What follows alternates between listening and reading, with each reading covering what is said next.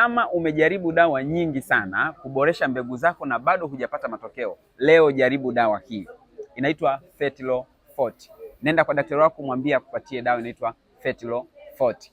Kuna wanaume ambao wametumia hii mfululizo miezi mitatu wamepata matokeo makubwa zaidi, lakini wapo ambao wametumia miezi mitatu mfululizo bila kupata matokeo mazuri. Sasa nitakupatia sababu, lakini kabla sijakwambia sababu, kwanza tuangalie Fertilo Forte inafanya kazi kwa mwanaume ambaye ana changamoto ya ya mbegu chache, mwenye changamoto ya mbegu zisizokuwa na mwendo, mwenye changamoto ya mbegu zisizokuwa na maumbo mazuri. Sasa ikiwa kama kwako umetumia na haijafanya kazi, kuna sababu tatu ambazo zimepelekea mpaka umeshindwa kupata matokeo mazuri. Sababu ya kwanza, kama seli za kutengeneza mbegu zimepata uharibifu huko kwenye korodani zako, basi hii Fertilo Forte haiwezi kusaidia.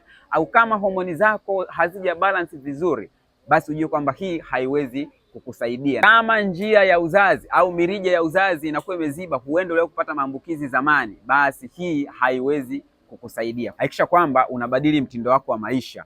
Kwanza unaweza ukapata utulivu wa kiakili, ukapata maji ya kutosha, ukala mboga za majani za kutosha, na kingine unaweza ukapunguza viwango vya sumu mwilini kwanza, na mwambie daktari wako akupatie dawa ya kuondoa sumu mwilini. Sasa ikiwa kama hii changamoto imedumu kwa muda mrefu sana na umetumia dawa nyingi sana bila kuona matokeo mazuri, unaweza ukachukua namba yangu ukanipigia nikakusaidia kutatua changamoto yako.